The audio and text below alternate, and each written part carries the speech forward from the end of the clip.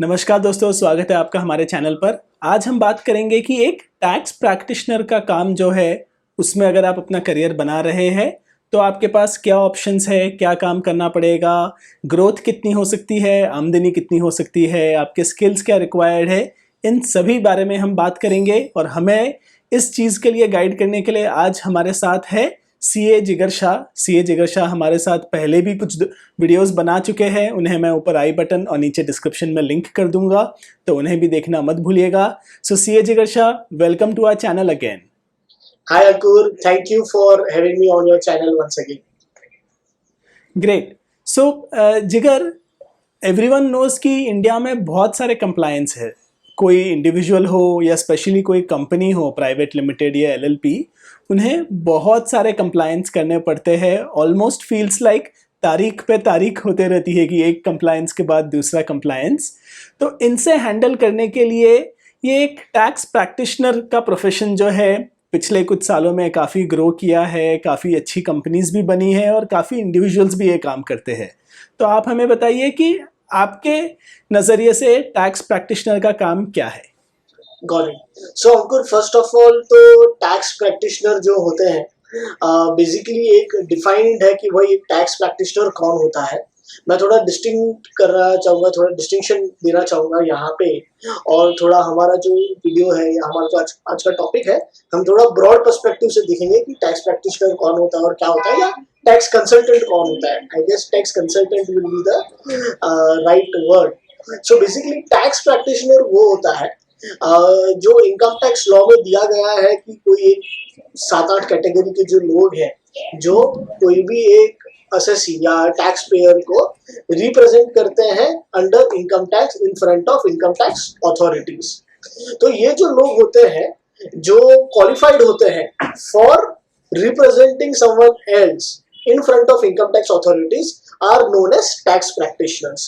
This is the technical definition of tax practitioners. This includes chartered accountants, lawyers, and it also includes anyone who has done a commerce degree or a law degree. Basically क्या है कि अगर कोई CA है और या कोई lawyer है तो और बार काउंसिल में रजिस्टर्ड है और सीए अगर इंस्टीट्यूट का मेंबर है तो उसको अलग से कोई रजिस्ट्रेशन नहीं करना होता है। लेकिन अगर किसी ने सिर्फ बीकॉम किया है, राइट, तो उसको अलग से इनकम टैक्स में अपने आप को रजिस्टर करना होता है। इसमें लेकिन काफी जजमेंट्स भी हैं कि चलो वो भी एक ऑप्शनल है, मैंडेटरी नहीं है। कोई भी एक अगर ऐसा व्यक्ति है जो अपने आप को रजिस्टर कर लेता है with income tax department as a tax practitioner, so definitely it adds value to his own profile. तो वो रिकमेंड किया जाता है कि अगर कोई सिर्फ बीकॉम है और वो चाहता है कि वो इनकम टैक्स में प्रैक्टिस करे और उसका नॉलेज अच्छा है और वो रिप्रेजेंट करे दूसरे टैक्स पेयर्स को in front of income tax authorities, then he should register under income tax as a tax practitioner. Apart from that, जो मैं बोल रहा था, जो एक टैक्स कंसल्टेंट का जो रोल होता है वो काफी ब्रॉड होता है। टैक्स कंसल्टेंट का कोई स्टैट्यूटरी डेफिनेशन नहीं है।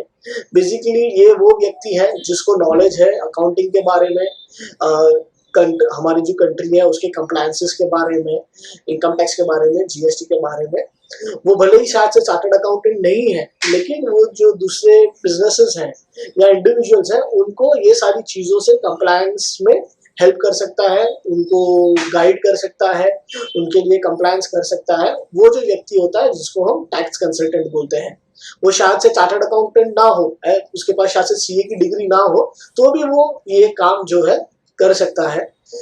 सीए की डिग्री का मतलब ये ही होता है कि अगर आपके पास सीए की डिग्री है तो आप बुक्स ऑफ अकाउंट्स को ऑडिट कर सकते हो, उसको स्टैट्यूटरी ऑडिट बोलते हैं। वो डेफिनेटली एक टैक्स कंसल्टेंट नहीं कर सकता। For doing that you need to have CA degree. Brilliant. So हमने जाना कि टैक्स कंसल्टेंट और टैक्स प्रैक्टिशनर टेक्निकली दो अलग चीज़ है। अगर आप टैक्स प्रैक्टिशनर हो तो आप रिप्रेजेंट कर सकते हो इनकम टैक्स अथॉरिटी के सामने अपने क्लाइंट को, और अगर आप टैक्स कंसल्टेंट हो तो आप काम कर सकते हो, कुछ प्रोसेसिंग कर सकते हो, लेकिन आप जाके उन्हें रिप्रेजेंट नहीं कर सकते। So this is interesting. I think ये रोल्स होने की वजह से जो सीए कम्युनिटी है उस पर भी थोड़ा लोड कम हो जाता है।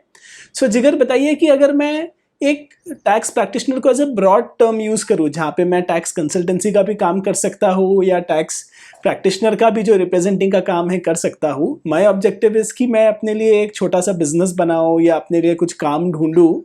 तो इसमें क्या प्रकार का काम करना पड़ेगा, किस प्रकार के कंप्लायंस करने पड़ेंगे?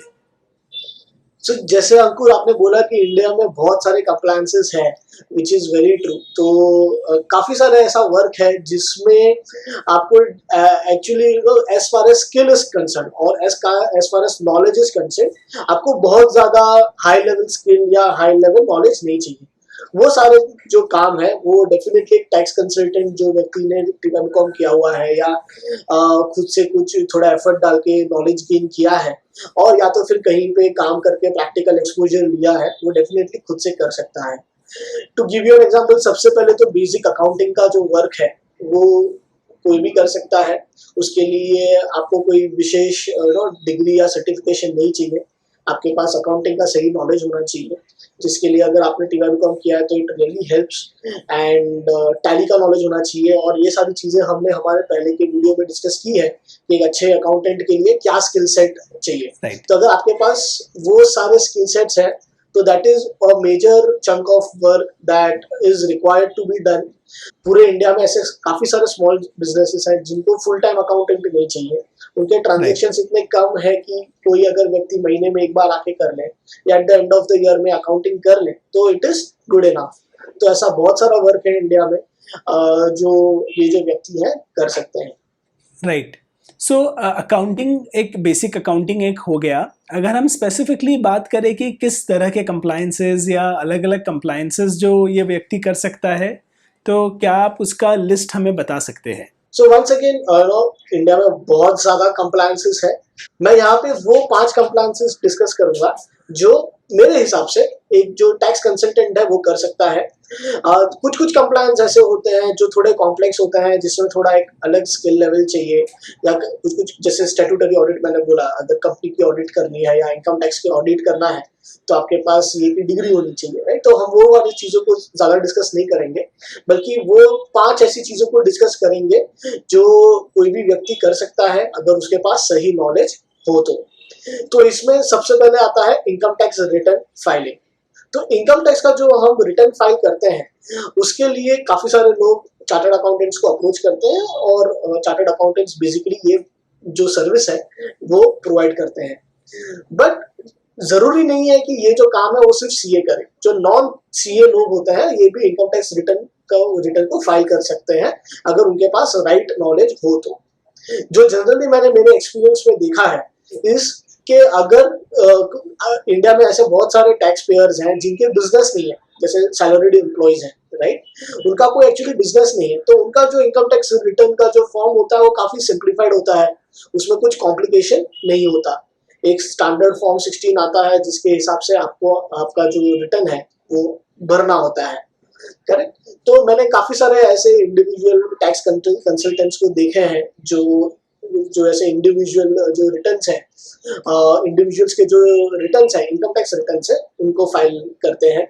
एज आई सेड कि इसमें जब भी हम इनकम टैक्स रिटर्न फाइलिंग की बात करते हैं वो जैसे जैसे ट्रांजेक्शन्स अलग टाइप के होते हैं और कॉम्प्लिकेशंस अलग अलग लेवल के होते हैं, that depends on assessee to assessee. Income tax में हम जो टैक्स पेयर होते हैं उसको असेसी बोलते हैं, so that depends on assessee to assessee. But definitely in general अगर मैं बोलूँ तो जो सैलरी के जो रिटर्न्स होते हैं जिनकी सिर्फ सैलरी इनकम है और थोड़ी बहुत अदर इनकम है, वो जो टैक्स कंसल्टेंट्स हैं वो फाइल करते हैं। तो इनकम टैक्स रिटर्न फाइलिंग का एक वर्क होता है। सेकेंडली जीएसटी रिटर्न फाइलिंग का वर्क होता है। ये एवरी बिजनेस को करना पड़ता है, एवरी मंथ जीएसटीआर 3 भी फाइल करना है, फिर जीएसटीआर 1 फाइल करना है। ये काफी स्टैंडर्ड प्रोसेस है। एक बार अगर आपको समझ गया कि ये कंपनी में कौन से ट्रांजैक्शंस हैं और उसको मेरे को कैसे फाइल करना है, तो काफी इजी और काफी स्टैंडर्ड प्रोसेस है जो एक टैक्स कंसल्टेंट है वो कर सकता है। जनरली क्या होता है कि अगर ये टैक्स कंसल्टेंट जीएसटी के रिटर्न फाइल करता है तो at the end of the year audit जो होता है उसमें सीए ऑडिट करता है। तो अगर उसमें कुछ भी मिस्टेक हो गई होती है तो वो सीए रेक्टिफाई करने में हेल्प करता है या सही तरीके से गाइड कर लेता है। तो डेफिनेटली जो जीएसटी रिटर्न का जो एक वर्क है वो भी काफी सारे टैक्स कंसल्टेंट्स खुद से कर सकते हैं।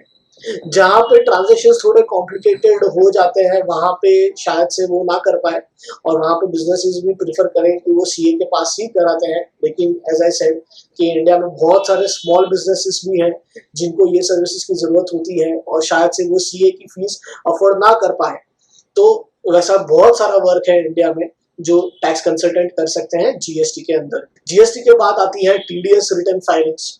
जो बिजनेसेस होते हैं उनको टीडीएस डिडक्ट करना होता है टाइमली बेसिस पे एवरी मंथ, और एवरी क्वार्टर टीडीएस के रिटर्न्स फाइल करने होते हैं। तो ये भी एक जो वर्क है वो काफी स्टैंडर्ड वर्क है, एक फॉर्म है, एक प्रोसेस है जिसको फॉलो करके आपको रिटर्न्स को फाइल करने हैं। बहुत सारे ऐसे बिजनेसेस हैं जो सिर्फ ये काम करते हैं कि वो टीडीएस रिटर्न्स को प्रोसेस करते हैं। तो once again this is something which is a standard work. If you learn it somewhere, अगर आपने कहीं पे प्रैक्टिकल एक्सपोजर ले लिया है 1 साल का 2 साल का और आप सीख गए हो कि इसकी क्या नीटी-ग्रिटीज है, क्या होता है, प्रैक्टिकली कैसे होता है, तो डेफिनेटली आप खुद से ये काम कर सकते हो और आपको बहुत सारा बिजनेस जो है वो मिल सकता है। बहुत सारे टैक्स कंसल्टेंट ऐसे हैं जो ये जो सारे बिजनेसेस हैं वो सीए के पास से लेते हैं, क्योंकि शायद से सीए के ऑफिस में समझो वो स्ट्रगल कर रहे हैं, या सीए का जो ऑफिस है वहां पे उनके पास इतना टाइम नहीं है कि वो मंथली बेसिस पे टीडीएस रिटर्न जैसी जो चीज है वो कर सके। तो वो क्या करते हैं कि सीए की जो ऑफिस है वो आउटसोर्स कर देती है ऐसे टैक्स कंसल्टेंट्स को, तो उनको काफी बल्क में वर्क मिल सकता है फ्रॉम सीए ऑफिस। तो टीडीएस का रिटर्न जो होता है वो भी एक वर्क है। उसके बाद पीएफ कंप्लायंसेस है। पीएफ के अपने कंसल्टेंट्स होते हैं। जनरली चार्टर्ड अकाउंटेंट्स पीएफ का काम नहीं करते हैं बिकॉज उसमें खुद के कॉम्प्लिकेशंस हैं, पीएफ में अपने कॉम्प्लिकेशंस हैं, उसका अलग एक प्रोसीजर है जो थोड़ा टाइम कंज्यूमिंग हो जाता है एक सीए के लिए। तो जनरली लोग पीए एक अलग पीएफ कंसल्टेंट को हायर करते हैं ये वर्क करने के लिए। या जैसे मैंने बोला कि कोई जैसे हमारा सीए फर्म है, हमारा एक टाई अप है पीएफ कंसल्टेंट के साथ, तो हम हमारा जो पीएफ का वर्क है वो उनसे कराते हैं बिकॉज वो डे इन डे आउट वही काम करते हैं। तो ये जो पीएफ का भी एक जो वर्क है वो एक टैक्स कंसल्टेंट कर सकता है अगर इसको उसके बारे में सही नॉलेज हो। और काफी सारा वर्क वहाँ पे भी है बिकॉज जनरली जो मैंने देखा है जो चार्टर्ड अकाउंटेंट्स होते हैं वो यहाँ पे ज्यादा इन्वॉल्व नहीं होते हैं। मैं चार्टर्ड अकाउंटेंट्स का रेफरेंस 2 चीजों के कारण ज्यादा दे रहा हूँ। एक क्योंकि मैं खुद सीए हूँ तो मेरे को ज्यादा पता है कि यहाँ पे कैसे वर्क होता है। Right. और दूसरी चीज ये है कि जो मैंने इन जनरल देखा है कि सीए जनरली कौन सा वर्क करते हैं और कौन सा वर्क नहीं करते। और इन जनरल सारे कंप्लायंसेस के लिए जनरली एक बिजनेस जो होता है वो एक सीए के ऊपर डिपेंड होता है कि भाई आप हमारे सारे कंप्लायंस का टेक केयर करो, और फिर वो जो सीए होता है देन वो डील करता है कि अच्छा चलो मैं ये खुद मेरी ऑफिस से करूंगा और ये पर्टिकुलर कंप्लायंस में शायद से किसी और से करूंगा। So that is why I guess I am bringing CA time and again. सो पीएफ का एक जो कंप्लायंस है उसके बारे में हमने बात कर ली। उसके बाद प्रोफेशन टैक्स का कंप्लायंस होता है। प्रोफेशन टैक्स जो है ये जो कंप्लायंस है वो हर एक स्टेट का अलग अलग होता है। हर स्टेट के अपने अपने रूल्स हैं प्रोफेशन टैक्स के लिए। तो उसमें भी once in a year return file करनी होती है। हम एम्प्लॉयज की सैलरी में से प्रोफेशन टैक्स डिडक्ट करते हैं और जिसको हम गवर्नमेंट को पे करते हैं। कुछ कंपनीज को एवरी मंथ फाइल करनी होती है, कुछ जो लार्ज कंपनीज है उनको एवरी मंथ फाइल करनी होती है, और कुछ जो स्मॉल कंपनीज हैं उनको एवरी ईयर फाइल करनी होती है। तो ऐसा भी काफी वर्क है जो कुछ लोग ऐसे भी हैं जो सिर्फ प्रोफेशन टैक्स में प्रैक्टिस करते हैं। तो ये मेरे को लग रहा है कि ब्रॉड 5 ऐसे कंप्लायंसेस हैं जहाँ पे इंडिविजुअली इनफैक्ट अगर कोई व्यक्ति चाहे तो सिर्फ टीडीएस का वर्क कर सके, अगर कोई व्यक्ति चाहे तो सिर्फ जीएसटी रिटर्न का वर्क कर सकते हैं, तो साथ में भी सब कुछ कर सकते हैं। और इंडिविजुअल भी ये एरियाज ऐसे हैं जहाँ पे आप सिर्फ एक कंप्लायंस पकड़ के अपना स्पेशलाइजेशन डेवलप करके सिर्फ वो काम करें। राइट, थैंक यू जिगर। सो जिगर, ये जो सारे काम हैं इन्हें सीखना हो किसी को या फिर उनमें एक्सपर्टीज करनी हो तो क्या क्वालिफिकेशन या फिर स्पेसिफिकली क्या स्किल्स होने चाहिए किसी में कि वो ये काम कर सके?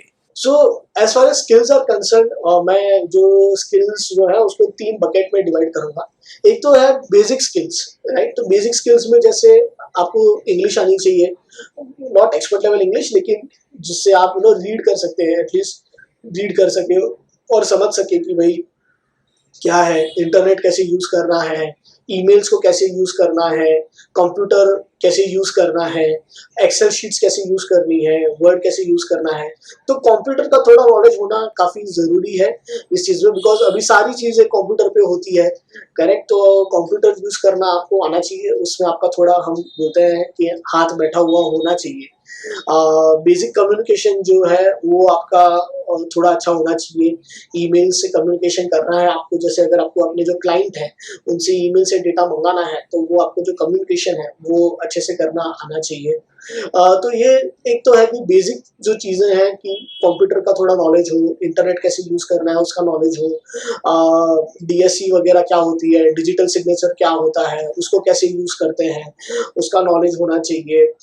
थोड़ी इंग्लिश जो है एटलीस्ट हम रीड कर पाए और समझ पाए कि भाई क्या लिखा है, वैसा एक थोड़ा स्किल सेट होना चाहिए। तो ये एक बेसिक स्किल सेट है जो होनी चाहिए।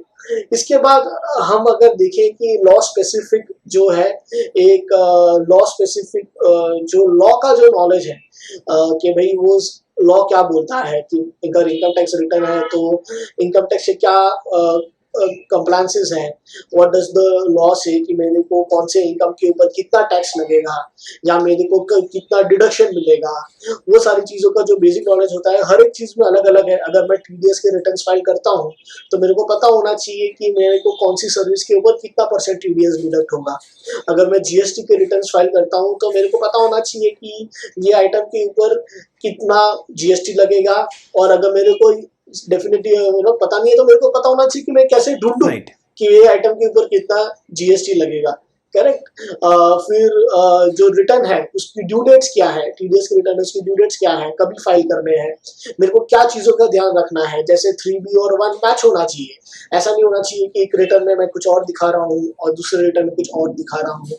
तो और अगर वो मैच नहीं होता है तो उसका क्या इम्प्लीकेशन है, कितना इंटरेस्ट लगता है, अगर मैं लेट करता हूँ मेरा रिटर्न फाइलिंग तो मेरा इंटरेस्ट कितना लग रहा है, राइट। लेट फीस कितनी लग रही है, पेनल्टीज कितनी है। तो ये जो चीज़ें हैं हर एक लॉ में अपनी अपनी एक चीज़ें जो है लिखी गई है, इसके बारे में नॉलेज होना चाहिए। तो ये लॉ पार्ट का हो गया। Third part is the procedural part. Procedural part में है कि अगर मेरे को टीडीएस का रिटर्न फाइल करना है तो मैं कौन सा सॉफ्टवेयर यूज करूं, मेरे को क्या इंफॉर्मेशन चाहिए रहेगी, मेरे को पैन नंबर चाहिए रहेगा, अमाउंट चाहिए रहेगा, डेट ऑफ ट्रांजेक्शन चाहिए रहेगा, उसको कैसे फीड करना है डेटा में, what are the right columns जिसके अंदर मेरे को ये चीज़ों को फीड करना है। उसके बाद जो है एक बार मेरा टीडीएस रिटर्न मैंने डेटा फीड कर दिया, उसके बाद मेरे को इनकम टैक्स की साइट पे जाके उसको कैसे फाइल करना है, या इनकम टैक्स की साइट पे नहीं जाके करना है। और दूसरा कोई सिस्टम है, टीडीएस में ऑफलाइन सिस्टम भी होता है जहाँ पे हम लोग एक टोकन में, जो डीएससी का जो टोकन होता है एक पेनड्राइव जैसा होता है एक टोकन, जिसमें हम डेटा लेते हैं और जो टीडीएस के रिटर्न्स प्रोसेस करते हैं, प्रोसेसिंग सेंटर्स होता है वहाँ पे भेजते हैं, तो उसके थ्रू भी होता है, और ऑनलाइन डिजिटल सिग्नेचर के थ्रू भी होता है। तो ये पूरा प्रोसीजरल पार्ट हो गया जो स्टैंडर्ड होता है। ये भी हर एक कंप्लायंस में अलग अलग होता है। मैंने टीडीएस का थोड़ा विस्तार में बताया, जैसे जीएसटी में भी है कि मेरे को अब मैं कौन सा सॉफ्टवेयर यूज कर सकता हूँ, या मैं अगर गवर्नमेंट की यूटिलिटी यूज कर रहा हूँ तो कौन से कॉलम में क्या अमाउंट जाएगा, कहाँ पे रेट जाएगा, कहाँ पे जीएसटी नंबर जाएगा, वगैरह वगैरह। Right. तो हर एक जो अपना कंप्लायंस होता है उसका एक प्रोसीजरल एस्पेक्ट होता है जिसका स्किल होना आवश्यक है। नाइस। सो जिगर, ये जो काम है इसमें आपने 2-3 बहुत अच्छी चीज़ें बताई। पहला तो कि सीए फर्म्स के ऊपर लोड ज़्यादा होता है तो कई बार वो आउटसोर्स करना चाहते हैं। दूसरा जो है आपने बताया कि अगर कोई किसी एक कंप्लायंस में भी एक्सपर्टीज़ करे अपनी, क्योंकि लॉज चेंज होते हैं, स्टेट वाइज लॉ अलग होते हैं, तो कोई अगर सिर्फ जीएसटी या सिर्फ टीडीएस में अगर एक्सपर्टीज़ करे और उसका प्रोसेसिंग अच्छे से कर सके तो उस पर वो काम कर सकता है, इधर एज ए इंडिविजुअल या अपनी खुद की टीम लगा के एक बिजनेस भी चालू कर सकता है। आपने जो स्किल्स कहे उसमें मैं काफ़ी कोशिश कर रहा हूँ कि इन स्किल्स के बारे में ट्रेनिंग दूँ। मैं एक एक्सेल का भी ट्रेनिंग बना रहा हूँ, बेसिक एक्सेल का। इसके अलावा एक अच्छा एक्सेल का चैनल जहाँ से मैं खुद सीख रहा हूँ उसे मैं ऊपर आई बटन और नीचे डिस्क्रिप्शन में लिंक कर दूंगा, तो हमारे व्यूअर्स जो है एमएस एक्सेल को सीख सकते हैं इस चैनल को सब्सक्राइब करके। और इसके अलावा बिजनेस कम्युनिकेशंस इम्प्रूव करने के लिए ईमेल्स बराबर से कैसे लिखते हैं उसके लिए मैंने कुछ वीडियोस बनाए हैं, उसे भी मैं डिस्क्रिप्शन में लिंक कर देता हूँ। सो जिगर, दिस इज़ वेरी हेल्पफुल। एक चीज़ और आप बताइए कि इसमें इनकम पोटेंशियल कितना है। एज ए इंडिविजुअल अगर मैं ये काम करूं तो मैं कितने पैसे कमा सकता हूं इन कंप्लायंस को करके। पर क्लाइंट भी बता सकते हैं आप मंथली कितना पैसा बन सकता है रियलिस्टिकली एक सिंगल इंडिविजुअल के लिए, उसका भी गाइडेंस दे दीजिए। सो इसमें कैसा है अंकुर के वो वेरी करता है, काफी सारे चीजों पे वेरी करता है। सबसे पहले तो जोग्राफिकल लोकेशन है, उसके बारे में भी उससे भी वेरी करता है। जो अगर टायर 1 सिटीज है, मुंबई, दिल्ली, Right. कोलकाता, वहाँ पे जो चार्जेस होते हैं थोड़े ज्यादा होते हैं। टायर 2 टायर 3 सिटीज में चार्जेस थोड़े कम Right. होते हैं, राइट। सेकेंडली, जो आपका जो क्लाइंट है उसमें ट्रांजेक्शंस कितने हैं। अगर कोई क्लाइंट है जिसमें समझो जीएसटी में 2 ट्रांजेक्शन है तो उसकी फीस अलग होगी, और 200 ट्रांजेक्शन है उसकी फीस अलग होगी। Same with TDS. तो जो क्लाइंट का जो ट्रांजेक्शन होता है उससे भी काफी सारी चीजें डिपेंडेंट होती है। लेकिन मैं आपको एक ब्रॉड बॉलपार्क फिगर्स देने की कोशिश करूंगा। ये मेरे एक्सपीरियंस से है, डेफिनेटली नो अलग हो सकता है यहाँ पे, क्योंकि ये प्रोफेशनल सर्विस है, कोई स्टैंडर्ड ऐसा Right. मार्केट तो नहीं है कि कि भाई यही एमआरपी है। ये प्रोफेशनल सर्विस है, सबकी अलग अलग होती है। जैसे अगर मैं आपको ऑन अ लाइटर नोट बताऊं कि अगर कोई जो टैक्स कंसल्टेंट है वो अगर कोई सैलरी का रिटर्न करता है, तो मैंने ऐसे लोगों को भी देखा है जो 500 रुपए में फाइल करते हैं। फिर हमारी जो सीए फर्म है, हम सीए फर्म है, तो हम मिनिमम 2500 रुपीज चार्ज करते हैं। हम कोई भी इनकम टैक्स रिटर्न फाइल करें तो हमारा मिनिमम है। लेकिन अगर बिग 4 को देखूंगा, जो बहुत बड़ी सीए फर्म्स है, वो शायद से मिनिमम 20,000 चार्ज करें, और at the end of the day work शायद से सेम ही हो। तो वो काफी वेरी करता है आप कौन से किसको सर्व कर रहे हो, और आप कौन से कहाँ पे हो, और कैसी सर्विस, क्या सर्विस प्रोवाइड कर रहे हो। लेकिन हम जो डेमोग्राफिक के बारे में बात कर रहे हैं उसके बारे में थोड़े बॉलपार्क फिगर्स दे दूंगा। जैसे इनकम टैक्स रिटर्न के बारे में बताया, अगर कोई सैलरी का जो रिटर्न है, तो मैंने डेफिनेटली ऐसे टैक्स कंसल्टेंट्स देखे हैं जो 500 रुपीज में ये काम कर लेते हैं। Once again, this is only for those income tax return जिसमें सिर्फ सैलरी इनकम है और थोड़ी बहुत अदर इनकम है। अगर कैपिटल गेन ट्रांजेक्शन्स होते हैं या और कुछ जो वर्क होता है जहाँ, और अगर कोई बिजनेस है उसके अंदर, तो चीज़ें थोड़ी कॉम्प्लिकेटेड होती है, उसकी फीस अलग होती है। सो ये एक पार्ट हो गया इनकम टैक्स रिटर्न्स के बारे में। मैंने बहुत मिनिमम अमाउंट बताया है। उसके बाद जीएसटी रिटर्न्स जो आते हैं, जो हमको मंथली करना होता है, यहाँ पे वरायंस जो होता है वो काफ़ी मैटर करता है कि भाई ट्रांजेक्शन्स कितने हैं। बिकॉज आपका जो समय जाने वाला है वो शायद से वो ट्रांजेक्शन्स के ऊपर, both transactions and complexity of transactions. अगर सिंपल ट्रांजेक्शन्स हैं, जैसे स्टैंडर्ड है कि भाई 5 सेल्स के इनवॉइस होते हैं और 3-4 परचेज के इनवॉइस होते हैं, तो कुछ ज़्यादा कॉम्प्लिकेशंस नहीं है। लेकिन ऐसे ट्रांजेक्शन्स हैं जहाँ पे एक्सपोर्ट हो रहा है या एसईजेड का सप्लाई हो रहा है, डीम्ड एक्सपोर्ट हो रहा है, अलग काफी सारे ब्रांचेस हैं, एक ही लोकेशन की मल्टीपल ब्रांचेस हैं, तो उसमें कॉम्प्लेक्सिटी जो है वो बढ़ जाती है। तो डेफिनेटली उसका जो फीस होती है वो ज्यादा होती है। और जनरली जो मैंने देखा है कि ऐसे सिनेरियो में बिजनेसेस ये वाला जो काम है वो प्रीफर करते हैं कि वो एक चार्टर्ड अकाउंटेंट को दे।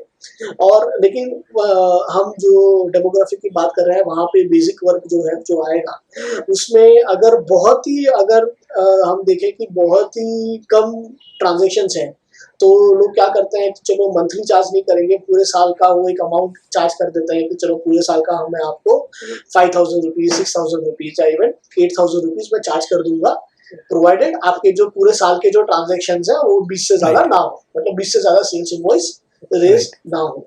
तो ये एक स्टार्टिंग पॉइंट होता है। और अगर कंसिडरेबल स्टैंडर्ड ट्रांजेक्शंस है on monthly basis, let us से 50-60 ट्रांजेक्शंस हैं ऑन मंथली बेसिस, तो मिनिमम जो जीएसटी रिटर्न के लिए चार्ज किया जाता है 1500 रुपीज पर मंथ, जो करना चाहिए मेरे हिसाब से। शायद से लोग कम भी चार्ज करते हैं, डेफिनेटली एक सीए का ऑफिस थोड़ा ज्यादा चार्ज करता है। हम लोग 3000 रुपीज पर मंथ चार्ज करते हैं, कोई भी अगर हम जीएसटी का रिटर्न अगर हम फाइल कर रहे हैं तो 3000 rupees and onwards, once again depending on the complexity of transactions। तो ये जीएसटी का बॉलपार्क फिगर्स हो गए। पीएफ का मैं जिनसे काम कराता हूँ वो हमसे 1500 to 2000 rupees depending on number of employees charge करते हैं per month on the PF compliances that he does. That is the ballpark figure of PF. जो टीडीएस रिटर्न है, इसमें जनरली जो मैंने देखा है 750 रुपीज पर रिटर्न से लेके 1500 रुपीज पर रिटर्न ये एक बॉल का फिगर है जो जनरली लोग चार्ज करते हैं. So this is what income potential is. Profession tax में once again अगर आपका मंथली कंप्लायंस है तो मतलब अगर आपका मंथली कंप्लायंस है यानी बहुत सारे एम्प्लॉइज हैं आपके पास, तो उसमें भी आप इजीली महीने का 15,000 से 1,500 रुपया पर मंथ चार्ज कर सकते हो Right. एक क्लाइंट को. सो टोटल जिगर मुझे बताइए, अगर मैं इनमें से एक या दो कंप्लायंस में अपनी एक्सपर्टीज़ करूँ या फिर से सिर्फ जीएसटी या सिर्फ टीडीएस में अपनी एक्सपर्टीज़ करूँ, तो क्या ये पॉसिबल है कि मैं महीने का अपने लिए 20 से 30,000 रुपये का इनकम बना सकता हूँ? मेरे हिसाब से हाँ 20 to 30,000 आप इजीली कर सकते हैं. और 20 to 30,000 तो मेरे को लग रहा है कि अगर आप खुद अकेले काम करें, Right. अगर मैं जीएसटी की Right. बात करूं, राइट, अगर आप खुद सिर्फ अकेले भी काम Right. करते हो और मैनेज कर रहे Right. हो, तो मेरे को लगता है अगर एवरेज हम निकालें मेरे एक्सपीरियंस में, अगर आपको महीने का 20 to 30,000 रुपीज Right. कमाना है तो आपको 20 Right. क्लाइंट चाहिए, राइट. कुछ की फीस ज्यादा होगी, कुछ की फीस कम होगी. 20 से 25 क्लाइंट में आप Right. कमा सकते हो इसमें, अगर आप खुद कर रहे हो. और अगर आप एंटरप्रेन्योरियल हो ज्यादा, तो आप कोई टीम मेंबर को ऐड करके और काम भी ले सकते हो और ज्यादा पैसे कमा सकते हो. लेकिन हाँ, मतलब थोड़ा टाइम लगता है उस स्टेज पे रीच करने को. But yes, at a point of time मेरे को लग रहा है अगर आपके 20-25 जीएसटी के क्लाइंट्स हैं, अगर आपको मिल जाते हैं, तो आप अच्छे से ये जो फीस है कमा सकते हो. Nice, great. So thank you, this was very helpful CA जिगर. मैं आपसे रिक्वेस्ट करूंगा कि हमारे व्यूअर्स के कोई अगर कमेंट्स हो तो आप उन्हें रिप्लाई करने के लिए कमेंट बॉक्स में एक्टिव रहे, और कुछ अच्छे लिंक्स आपके करियर को स्टार्ट करने के लिए, लर्निंग्स के बारे में, इस काम से जुड़े जो लिंक्स होंगे उन्हें मैं डिस्क्रिप्शन में रखूंगा, तो उन्हें आप ज़रूर देखिएगा. सो जिगर, thank you for being with us. आपसे अगली बार फिर बात करेंगे.